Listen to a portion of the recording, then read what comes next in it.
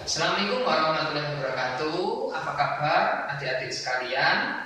Apakah masih tetap belajar di rumah? Semoga tetap berlimpah kesehatan agar proses belajar mengajar tetap berjalan dengan lancar.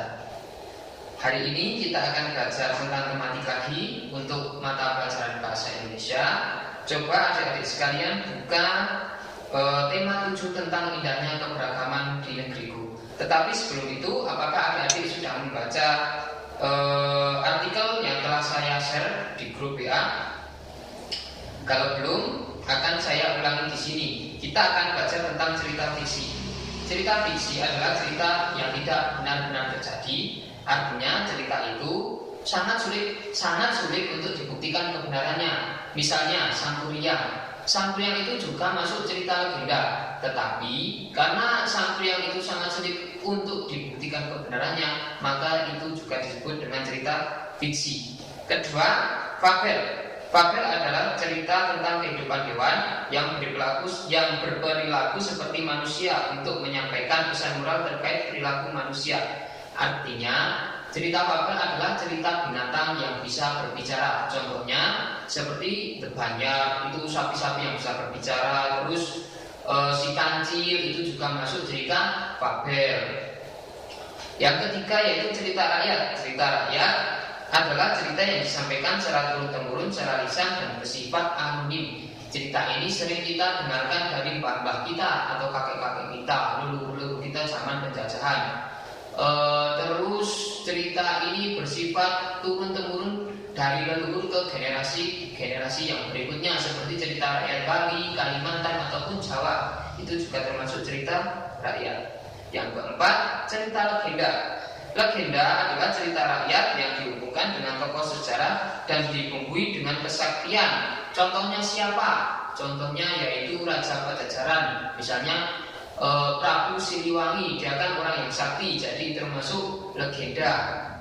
Tokoh-tokohnya dan dianggap benar-benar terjadi, umumnya menceritakan tentang asal mula terbentuknya suatu tempat. Tetapi di Jawa itu yang terkenal itu cerita tentang Wali Songo, yaitu orang-orang yang menyebarkan agama Islam di tanah Jawa.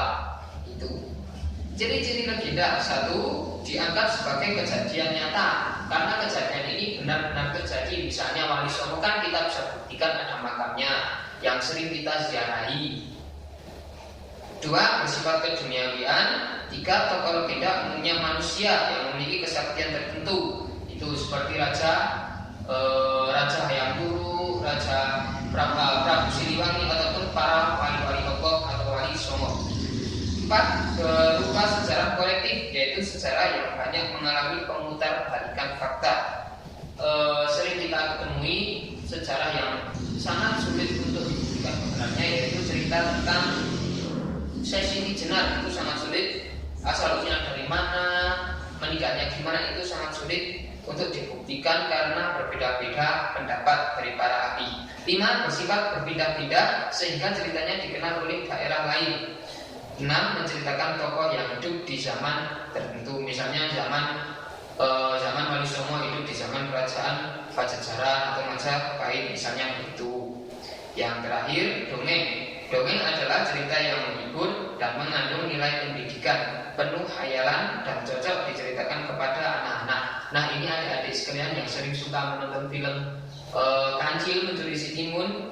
Nah, itu termasuk dongeng. Atau cerita sebelum tidur, itu juga termasuk dongeng. Itu pasti kesukaan adik-adik sekalian. Terus saya akan tambahkan bonus dari saya tentang bermain peran. Bermain peran adalah usaha memecahkan masalah melalui diskusi, peragaan analis, dan pemeranan dengan cara menghayati peran yang dibawakan dengan emosi yang sesuai. Contohnya siapa? Contohnya para artis. Pastinya adik-adik juga mengidolakan salah satu artis, entah itu di Indonesia ataupun di dunia.